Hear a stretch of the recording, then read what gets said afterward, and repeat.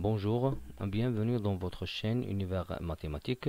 Dans cette vidéo, je vais traiter avec vous comment déterminer le nombre de solutions de l'équation f de x égale à m. Bien, notre question ici est la suivante. Déterminer le nombre de solutions de l'équation f de x égale à m selon les valeurs du paramètre réel m. Bien, m ici c'est un paramètre réel, c'est un réel, et l'équation f de x égale à m c'est à résoudre et ne pas à trouver les solutions, mais à trouver seulement le nombre de solutions. Ici, bien sûr, on vous donne comme donnée la courbe représentative de la fonction f. Bien sûr, pour répondre à cette question, on peut soit utiliser le tableau de variation de la fonction f ou bien la courbe représentative cf. Ici, j'ai pris la courbe représentative cf, bien sûr, qui est bien sûr croissante sur l'intervalle moins l'infini moins 2, décroissante sur l'intervalle moins 2, 1 et croissante aussi sur l'intervalle 1 plus l'infini. Alors, premièrement, qu'est-ce que ça veut dire f de x égale à m? Donc, pour résoudre cette équation, ou bien pour trouver le nombre de solutions de cette équation, je vais bien sûr traduire cette équation selon une interprétation graphique. Pour cela, qu'est-ce que ça veut dire f de x graphiquement? Ça veut dire la courbe représentative que je vois ici tracée en bleu. Égal, ça veut dire graphiquement intersection. M, ça veut dire graphiquement la droite horizontale d'équation y égale à m. Il faut bien retenir cette droite qui est horizontale. Donc f de x égale à m, interprétation graphique signifie que on va chercher l'intersection de la courbe CF, qui est bien sûr tracée en bleu, et la droite d'équation y qui est égale à m ici. Bien sûr, à chaque fois que le m il varie de moins l'infini à plus l'infini, on va distinguer les cas où il y a bien sûr comme intersection un point, ou bien deux points, ou bien pas deux points. Comme vous voyez ici, je peux bien sûr revenir. Si je trace bien sûr cette droite, donc on peut y avoir comme intersection un point, ou bien deux points, ou bien trois points, etc.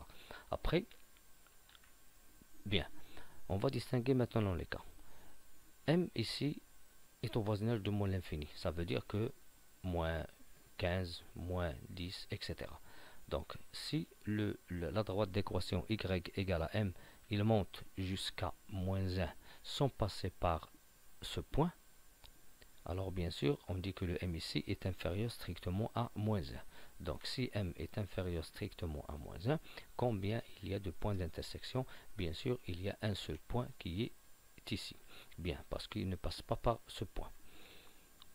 Si m est inférieur à moins 1, on va dire que la droite coupe la courbe en un seul point qui est ici, bien sûr. Par suite, on va dire que l'équation f de x égale à m, elle admet une seule solution. Bien, on peut parfois donner le signe de cette solution. Cette solution, est-ce qu'elle est positive ou négative? Bien, si je prends par exemple cette droite qui passe qui est horizontale, y égale à m, qui est horizontale, et tel que le m il est inférieur strictement à moins 1, je vois que cette droite horizontale, il coupe la courbe en un seul point qui est ici, et ce point, bien sûr, il a un abscisse et il a bien sûr un ordonnée. Son ordonnée est négatif, c'est le m, mais son abscisse, c'est le tout près de moins 3, c'est-à-dire qu'il est négatif. Bien sûr, lorsque je prends le point et je trouve bien sûr son abscisse, je cherche son abscisse, je trouve qu'il est négatif, donc cette solution elle est négative. Passons au deuxième cas. Si par exemple le m égale à 1, c'est-à-dire que cette droite passe par moins 1, donc le m ici est égal à moins 1. Si m égale à moins 1, combien de points d'intersection entre cette droite et la courbe? Bien, je vois ici qu'il y a deux points. Il y a deux points. Donc je dis que la droite coupe la courbe en deux points. Par suite, la droite, l'équation f de x égale à m admet deux solutions. Il admet deux solutions. Quels sont les signes de ces deux solutions? Bien, je vois que le premier point d'intersection, c'est le point de coordonnée 1, moins 1. Donc la première solution, c'est 1 qui est positive. Et la deuxième solution ici, elle est négative.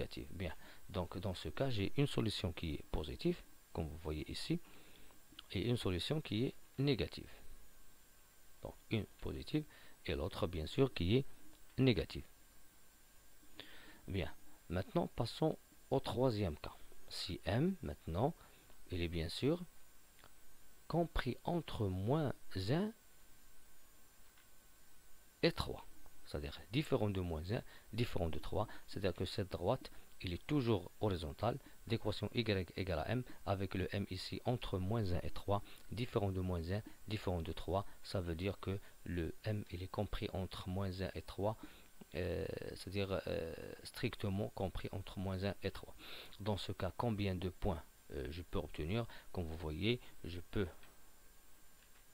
comme vous voyez ici, la droite monte de moins 1 à 3, il y a 3 points d'intersection. Dans ce cas, si M est compris entre moins 1 et 3, la droite coupe la courbe en 3 points. L'équation admet combien de solutions? Elle admet 3 solutions. Bien, quels sont les signes de ces solutions? On voit ici que lorsque la droite monte de moins 1 à 3, on change de signe de ces solutions. Premièrement, si la droite il est compris, si le M il est compris entre moins 1 et 0, comme vous voyez ici, si le M est compris entre moins 1 et 0, alors les deux solutions, il y a 3 solutions, 2 ils sont positifs comme vous voyez ici, la première est là pour abscisse, le premier point est là pour abscisse positif, le deuxième abscisse positif, c'est deux solutions positives et une solution qui est négative. Donc une solution négative et deux positives. Si maintenant la droite il passe par y égale à 0, il passe par le, c'est-à-dire c'est l'axe des abscisses. Si m égale à 0, ça c'est l'axe des abscisses, y égale à 0. Donc on voit ici qu'il y a 3 points d'intersection, le point de coordonnées 2, 0, 0, 0, moins 3, 0. Donc les solutions sont 2 qui est positif, le 0 qui est nul et le 3 qui est négatif. Dans ce cas, je peux dire que si m égale à 0, bien sûr, une solution négative, une positive et une nulle. Reste le dernier cas si m est compris entre 0 et 3. Si m est compris entre 0 et 3, qu'est-ce qu'on va voir ici? On va voir que ce point est là pour abscisse positive, donc cette solution est positive, et ces deux points ils ont pour abscisse négative, donc c'est deux solutions négatives. Donc par suite, dans ce cas, si m est compris entre 0 et 3, on obtient deux solutions négatives et une qui est positive. Passons maintenant au quatrième cas. Si m égale à 3, cette droite qui est horizontale passe par le point de coordonnées 0, 3. Donc on voit ici qu'il coupe la courbe en deux points. C'est ce point et ce point. Donc si m est égal à, bien sûr, à 3, la droite coupe la courbe en 2 points. L'équation admet quoi? Combien de solutions? Il admet bien sûr 2 solutions. Quels sont les signes de ces deux solutions? Pour les points qui sont ici, ces abscisses sont positives, donc il y a une solution qui est positive et cette solution elle est négative, donc une positive et une négative.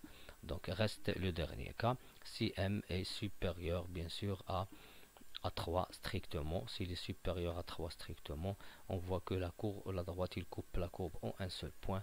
Et bien sûr, puisqu'il coupe la courbe en un seul point, l'équation admet une seule solution et cette solution elle est positive.